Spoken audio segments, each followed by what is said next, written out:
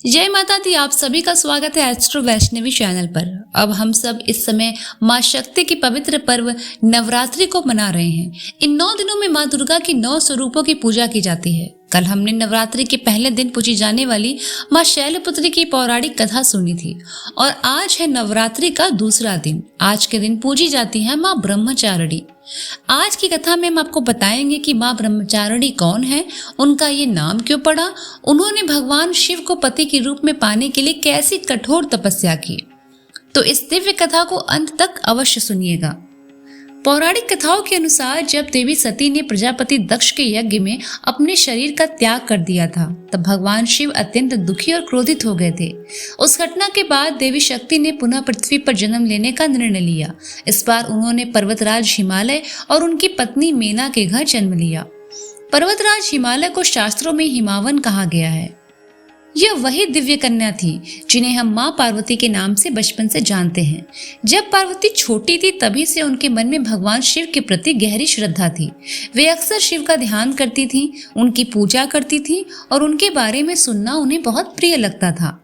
एक दिन देवर्षि नारद हिमालय के महल में आए। उन्होंने पार्वती की कुंडली देखकर कहा कि यह कन्या अत्यंत दिव्य है और इसका विवाह स्वयं भगवान शिव से होगा।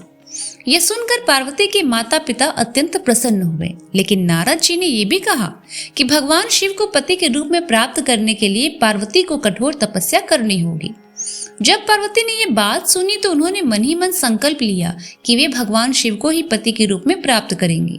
उन्होंने अपने माता पिता से अनुमति लेकर वन में जाकर तपस्या शुरू करने का निर्णय लिया। शास्त्रों में वर्णन मिलता है कि पार्वती ने हजारों वर्षों तक कठोर तपस्या की। शुरुआत में माता पार्वती ने केवल फल खाकर तपस्या किया। कई वर्षों तक उन्होंने केवल फल और कंदमूल का सेवन किया। इसके बाद उन्होंने केवल पत्तों पर जीवन यापन करना शुरू किया। कहते हैं कि जब उन्होंने पत्ते भी त्याग दिए तब वे बिना भोजन और जल के ही तपस्या करने लगी। इसी कारण से उन्हें अपर्णा भी कहा जाता है, जिसका अर्थ होता है वह जो पत्ते तक भी न खाए। पार्वती जी की तपस्या इतनी कठोर और इतनी पवित्र थी कि उसका पूरे ब्रह्मांड पर प्रभाव पड़ने लगा। देवता, ऋषि और मुनि सभी उनकी तपस्या देखकर आश्चर्यचकित हो गए। उनकी तपस्या से प्रसन्न होकर देवताओं ने भगवान शिव से प्रार्थना की कि वे पार्वती की भक्ति स्वीकार करें। भगवान शिव पार्वती की भक्ति की परीक्षा लेना चाहते थे, इसीलिए वे एक ब्राह्मण के वेश में पार्वती जी के पास आए। उन्होंने पार्वती से कहा कि तुम इतनी सुंदर और महान कन्या हो, फिर भी उस शिव को पति बनाना चाहती हो जो एक योगी है, जिनके पास न महल है, न धन है, न ही सांसारिक सुख। लेकिन पार्वती उन्हें अपने संकल्प से अडिग थी। उन्होंने कहा कि मेरे लिए भगवान शिव ही सर्वोच्च हैं। मैंने उन्हें ही अपने मन से पति के रूप में स्वीकार किया। पार्वती की यह अटूट भक्ति देखकर भगवान शिव अत्यंत प्रसन्न हुए। तभी भगवान शिव अपने वास्तविक स्वरूप में प्रकट हुए। उन्होंने माता पार्वती की तपस्या और भक्ति की प्रशंसा की और कहा, हे देवी, तुम्हारी भक्ति ने मुझे प्रसन्न कर दिया। मैं तुम्हें पत्नी के रूप में स्वीकार करता हूँ। इस प्रकार पार्वती की तपस्या सफल हुई और आगे चलकर उनका विवाह भगवान शिव से हुआ। नवरात्रि के दूसरे दिन पार्वती जी के जिस स्वरूप की पूजा की जाती है उन्हें कहा जाता है ब्रह्मचारिणी।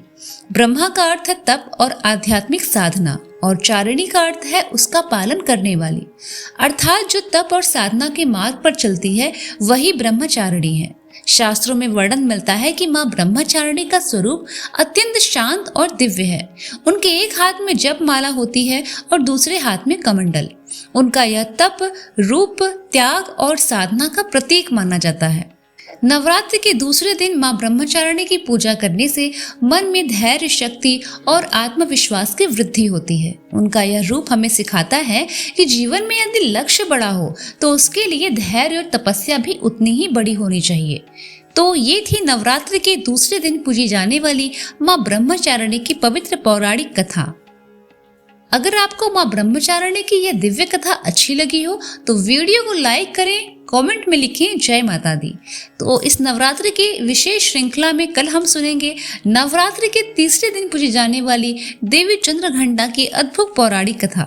तो फिर कल मिलते हैं एस्ट्रो वैष्णवी चैनल पर। तब तक के लिए जय माता दी।